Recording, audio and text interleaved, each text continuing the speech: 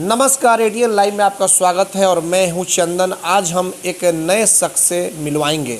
बताते चले कि बिहार में विधानसभा चुनाव होने वाले हैं और इसको लेकर के नेता जो हैं अपने क्षेत्र का लगातार दौरा कर रहे हैं और बहुत जल्द ऐसी सूचना मिल रही है कि 1 से 2 रोज में चुनाव आयोग के द्वारा अधिसूचना जारी कर दी जाएगी।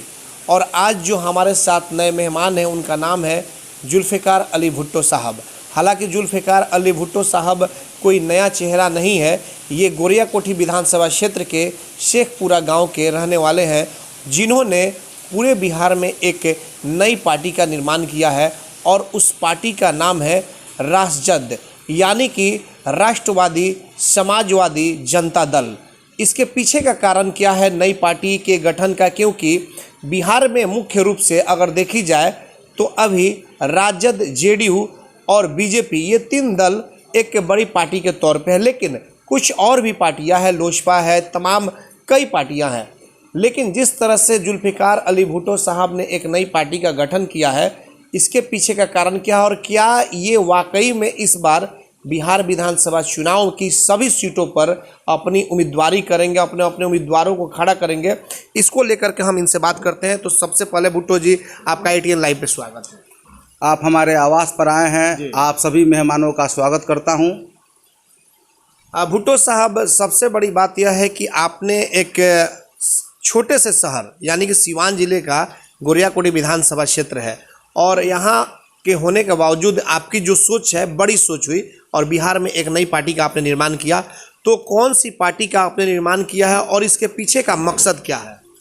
हमने राष्ट्रवादी समाजवादी जनता दल का निर्माण किया है और इसके पीछे का मकसद कुछ नहीं है, एकमात्र डेवलपमेंट है।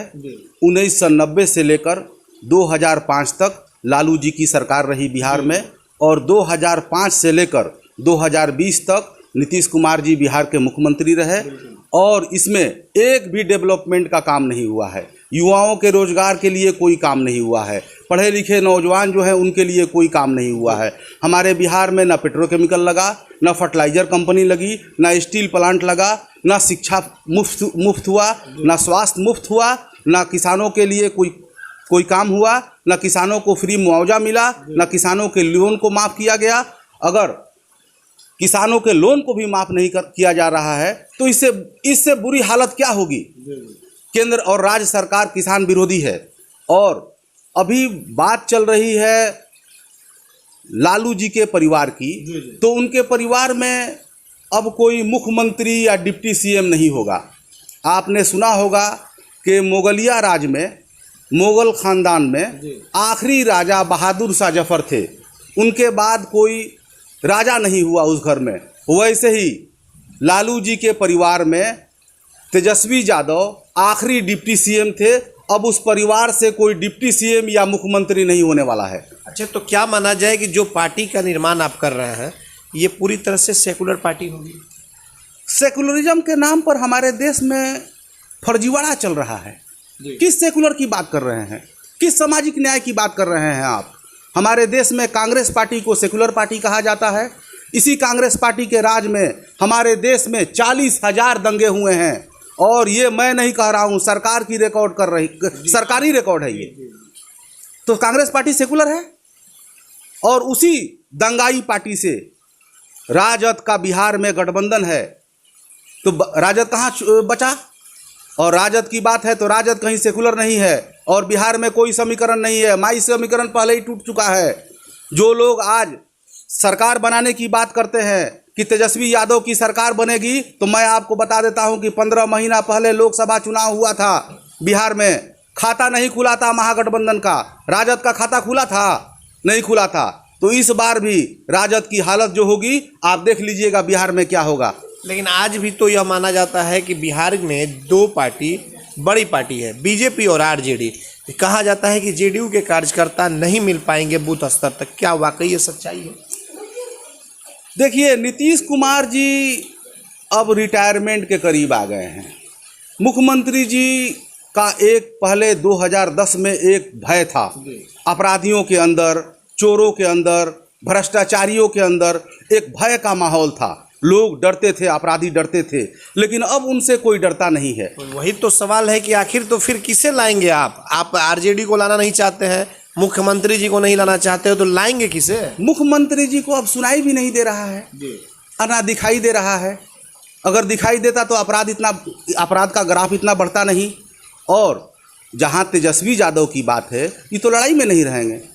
तो आखिर रहेगा कौन? हम लोग लड़ाई में हैं, हमारी पार्टी बिहार में लड़ेगी। ये तो वही हाल हो गई कि मेरे अंगने में तुम्हारा क्या काम है। जहाँ एक तरफ वो इतने बड़े बड़े लोग हैं, तो फिर आपका क्या काम है? माई समीकरण कब का ध्वस्त हो चुका है, टूट गया है। अब हम लोग A to Z, पूरा बिहार हमारे साथ है। समीकरण बदल गया है। अब बिहार में डेवलपमेंट का काम होगा। अब ये ड्रामाबाजी जो चल रहा था, ये सब खत्म हो जाएगा। अब कहाँ माई समीकरण ध्वस्त हो गया है? कहाँ माई समीकरण वाई जो M समीकरण है वो कहाँ एनडीए के साथ है? वो तो आज भी आरजेडी के साथ है। एनडीए के साथ नहीं है, जी। लेकिन आरजेडी के भी साथ नहीं है। कहाँ आरजेडी के आखिर साथ? किसके साथ जाएगी वो? अल्पसंख्यक नेता जी। अगर माई समीकरण की बात करते हैं, आखिर वो किसके साथ जाएंगे? जो M है वो किसके साथ जाएंगे? हमारे साथ जाएंगे। किस आधार पे आप ले सकते हैं? आपकी तो नहीं अभी पार्टी का गठन हुआ है, और किस आधार पे नहीं? मुसलमानों की जो हालत बिहार में जो है, इतनी बुरी हालत जो है, शिक्षा से लेकर स्वास्थ्य से लेकर ये हालत, डेवलपमेंट से लेकर जॉब की जो हालत है, वो लालू जी और नीतीश जी का देन है। बताइए कितने परसेंट हैं जॉब में लोग? मुसलमान कितना परसेंट जॉब में है?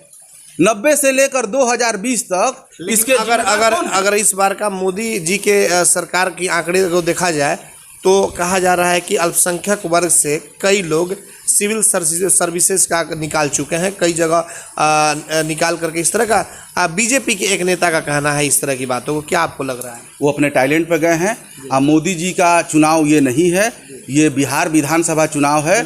और बिहार की बात हम लोग करें, केंद्र की बात नहीं है। और मैं ये मानता हूँ कि केंद्र सरकार और बिहार सरकार किसान विरोधी है, और किसानों के लिए कोई काम नहीं हुआ, किसानों का लोन माफ़ भी नहीं हुआ, और किसान विरोधी सरकार है ये।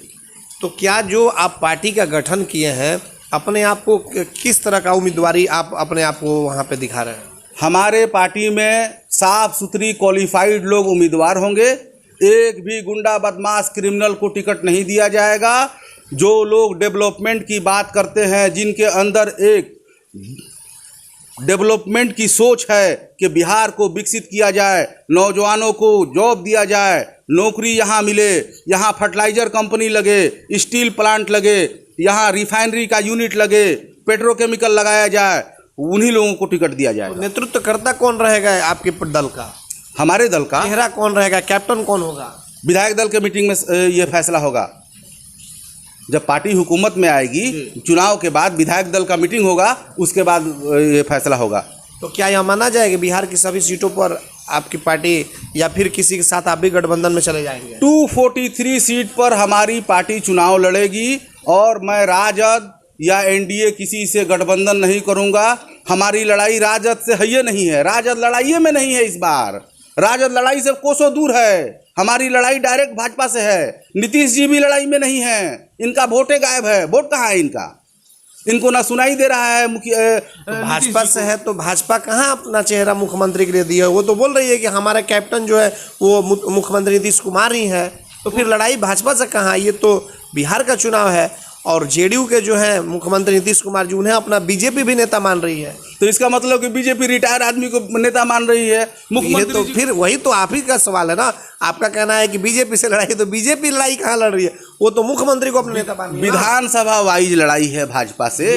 हाँ, मुख्यमंत्री जी लड़ाई में नहीं है। जहाँ अब बताइए ना, मुख्यमंत्री जी को सुनाई भी नहीं दे रहा है, और आंख से भी कम नज़र आ रहा है, तो कैसे लड़ाई में रहेंगे? और ये बात पूरे बिहार के जनता को पता चल गया है कि मुख्यमंत्री जी अब रिटायर के करीब है। अच्छा, आपको क्या लग रहा है कि जिस तरह से कोरोना जैसी महामारी, बाढ़ जैसी त्रासदी, उसके बाद चुनाव के लिए बहुत तेज़ी, जल्दबाजी हो गई, जबकि आम लोग चाह रहे हैं कि अभी चुनाव ना हो?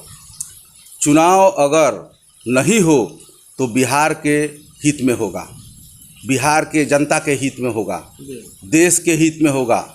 अगर चुनाव होता है, अगर एक भी वोटर अगर मर जाता है कोरोना से, तो इसका मुकदमा होना चाहिए। सुप्रीम कोर्ट में याचिका दायर किए हैं हम लोग। अगर वोटर वोट देने जाएगा और कोरोना से मर जाएगा, इसके जिम्मेदार कौन होगा? इसका कर्मचारी वोट करवाने आएगा, अगर वो मर जाता है तो उसका बीमा है, लेकिन वोटर जो वोट देने जाएगा, बिहार सरकार उसका बीमा क्यों नहीं करवाती है? बिहार सरकार उसका बीमा कराए। हम पूरे संपूर्ण बिहार की बात करते हैं, एक एक वोटर की बात करते हैं। अगर किसी वोटर को कोई नुकसान होता है, उसका परिवार है, कर्मचारी का परिवार है, अब वोटर का परिवार नहीं है। अगर वोटर वोट देने जाता है, किसी वायरस की वजह से वो मर जाता है, तो उसके परिवार का बीमा होना चाहिए। बिहार के जितने वोटर हैं सबका बीमा होना चाहिए। अच्छा भुट्टो जी, अभी आपका जो लिबास है, इस लिबास को देखने के बाद से लग रहा है कि ये मोदी जी का लिबास है, क्यों? ये लिबास जो है ये मोदी जी का लिबास नहीं है, ये लिबास किसी का प्राइवेट लिमिटेड नहीं है। इस लिबास का, इस कलर का मतलब ये होता है कि भूखों को खाना खिलाना, गरीबों की मदद करना, लोग जो परेशान हैं उनके लिए सबसे आगे आना, जिसको प्यास लगी है उसको पानी पिलाना। अब इसके नाम पर कोई दंगा करा दे, कोई कत्लेआम कराए, कोई इसके नाम पर सरकार बनाए, वो अलग बात है।